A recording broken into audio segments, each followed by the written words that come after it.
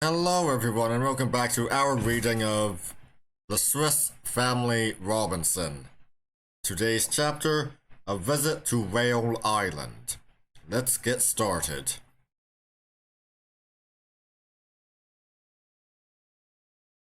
Great black clouds and terrific storms heralded the approach of another winter. The rainy season having set in, we were compelled to give up our daily excursions.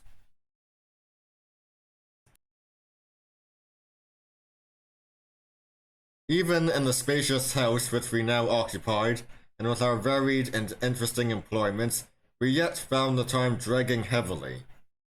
The spirits of all were depressed. Fritz, as well as I, had perceived this, and he said to me, "Why, father, should we not make a canoe, something swifter and more manageable than those vessels we have? I often long for a light skiff, in which I might skim over the surface of the water."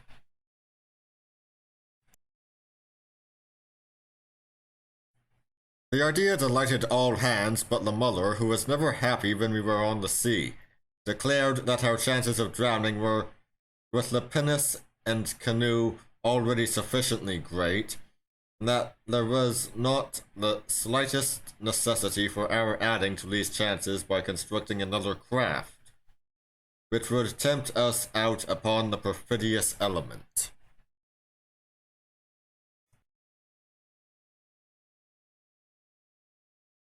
My wife's fears were, however, speedily allayed, for I assured her that the boat I intended to construct should be no flimsy cockle shell, but as safe and stout a craft as ever floated upon the sea.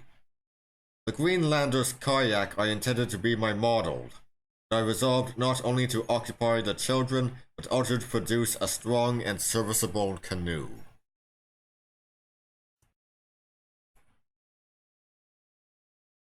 The boys were interested, and the boat building was soon in operation. We constructed the skeleton of whalebone, using split bamboo canes to strengthen the sides and also to form the deck, which extended the whole length of the boat, leaving merely a square hole in which the occupant of the canoe might sit.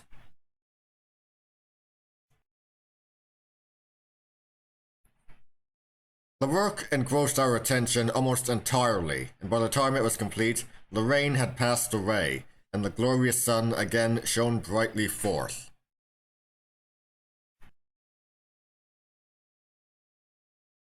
Our front door was just wide enough to admit of the egress of our boat, and we completed her construction in the open air.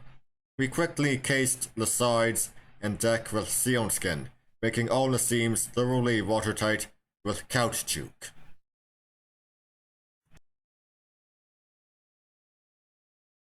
The kayak was indeed a curious-looking craft, yet so light that she might be lifted easily with one hand, and when at length we launched her, she bounded upon the water like an India rubber ball.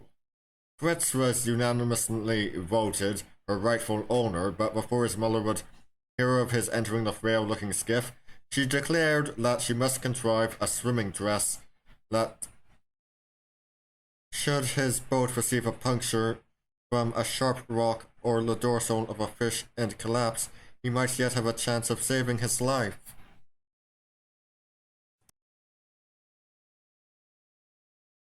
Though I did not consider the kayak quite the soap bubble the mother imagined it, I yet willingly agreed to assist her in the construction of the dress.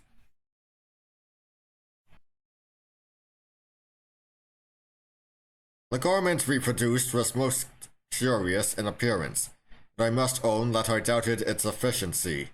It was like a double waistcoat made of linen, prepared with a solution of India rubber, the seams being likewise coated with caoutchouc, and the whole rendered perfectly airtight. We so arranged it that one little hole was left by the means of which air could be forced into the space between the outer covering and the lining, and the dress inflated.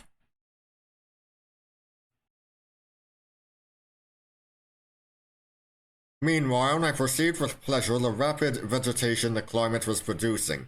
The seeds we had scattered had germinated, and were now promising magnificent crops. The veranda too was looking pleasant, with its gay and sweet-scented creepers, which were already aspiring to the summit of the pillars. The air was full of birds. The earth seemed teeming with life.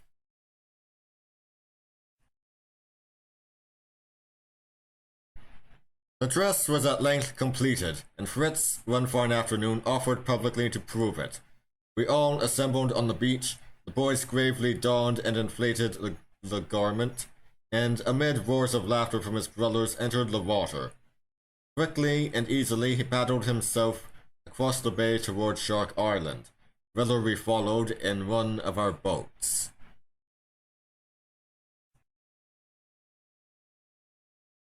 The experiment was most successful, and Ernest, Jack, and Franz, in spite of their laughter at their brother's garment, begged their mother to make for each of them a similar dress.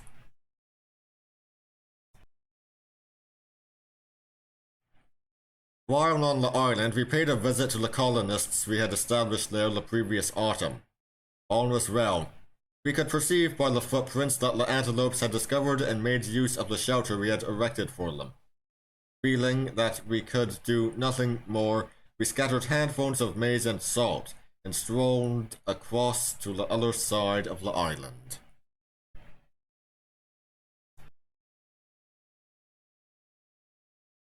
The shore was covered with lovely shells, many of which, with beautiful pieces of delicate coral, the boys collected for their museum. Strewn by the edge of the water too lay a great quantity of seaweed of various colors, and as the mother declared that much of it was of use, the boys assisted her to collect it and store it in the boat. As we pulled back to the land, I was surprised to see that my wife chose from among the seaweed a number of curious leaves, with edges notched like a saw.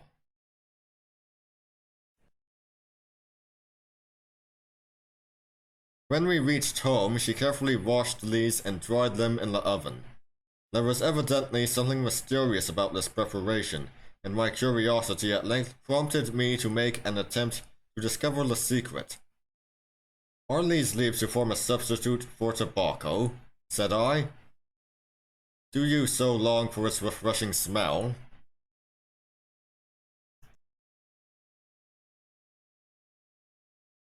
My wife smiled, for her dislike of tobacco was well known. She answered in the same jocular tone, "Do you not think that a mattress stuffed with these leaves would be very cool in summer?"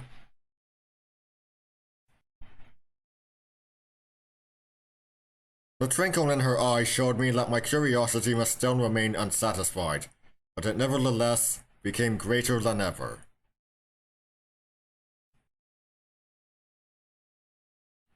The boys and I had one day made a long and fatiguing expedition and tired out. We flung ourselves down in the veranda. As we lay there resting, we heard the mother's voice, "Would any of you enjoy a little jelly?"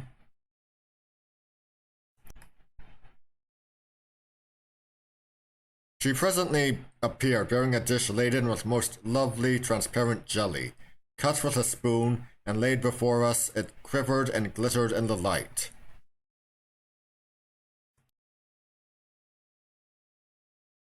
"Ambrosia!" exclaimed Fritz, tasting it. It was indeed delicious, and still marveling from whence the mother could have obtained a dish so rare, we disposed of all that she had set before us.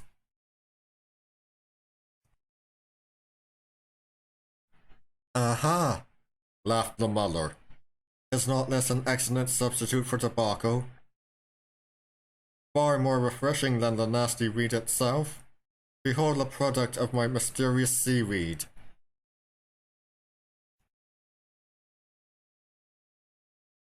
"My dear wife," exclaimed I, "this dish is indeed a masterpiece of culinary art. But where had you met with it? What put it into your head?"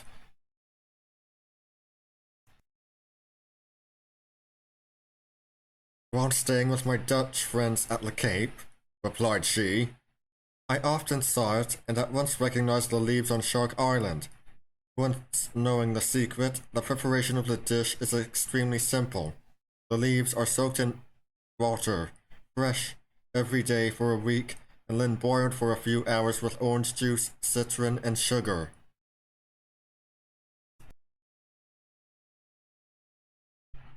We were all delighted with the delicacy, and thanked the mother for it most heartily. The boys declaring that they must at once go off again to the island to collect as many of the leaves as they could find. I agreed to accompany them, for I wished to examine the plantations we had made there.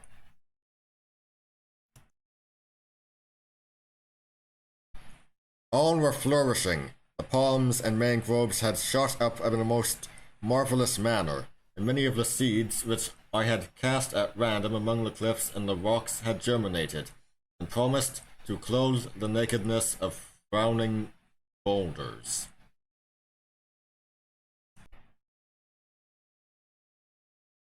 Away up among the rocks, too, we discovered a bright, sparkling spring of delicious water, at which, from the footprints around, we saw that the antelopes must have refreshed themselves.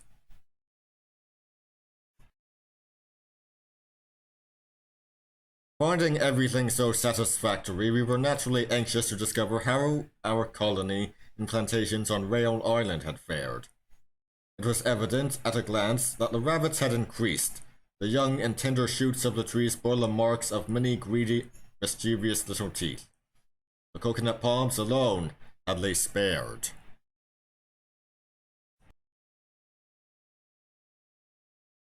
Such depredations as these could not be allowed, and with the help of the boys I erected round each stem a hedge of prickly thorn, and then prepared again to embark.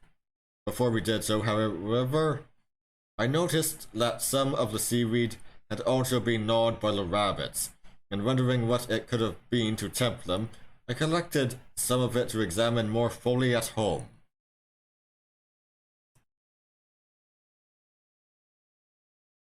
The skeleton of the whale, too, attracted our attention, for, picked clean by the birds and bleached by the sun and rain, the bones had been purified to a most perfect whiteness. Thinking that the joints of the vertebra might be made of use, I separated some 10 or 12, and rolled them down to the boat, and then returned to the mainland, towing them after us.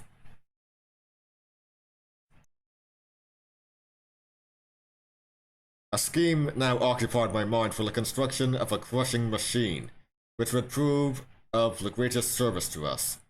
I knew that to make such a machine of stone was far beyond my power, but it had struck me that the vertebra of the whale might serve my purpose.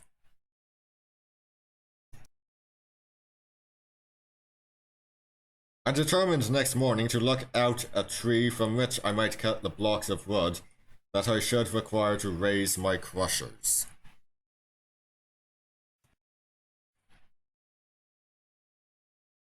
My expedition was destined to be a solitary one, for when I went to the stables for a horse, I discovered that the boys had gone off by themselves with their guns and traps, and had left me to a choice between the bull and the buffalo.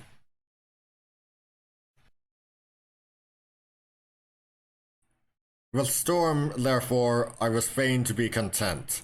I crossed the bridge, but as I reached the cassava field, I noticed to my great annoyance that it had been overrun and laid waste by some mischievous animals. I examined the footprints, and seeing that they greatly resembled those of pigs, determined to follow the trail and see who these invaders of our territory would prove to be.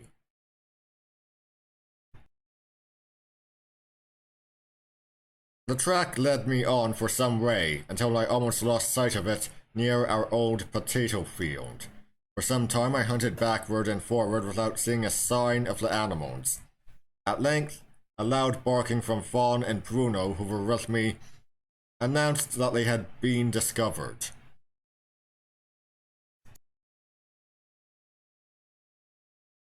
The whole family of our old sow and she herself were standing at bay, showing their teeth and grunting so savagely that the dogs feared to approach them.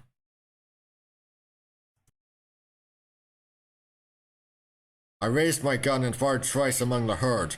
2 of the pigs fell and the rest fled, followed by the dogs. I picked up the pigs and, calling back the pursuers, continued my way through the forest.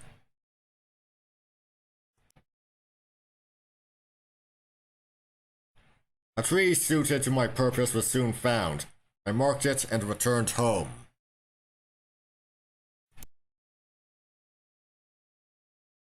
Ernest, who had remained at home, assisted me to flay the young porkers, and I handed them over to the mother to prepare for supper, by which time I hoped the other lads would have returned.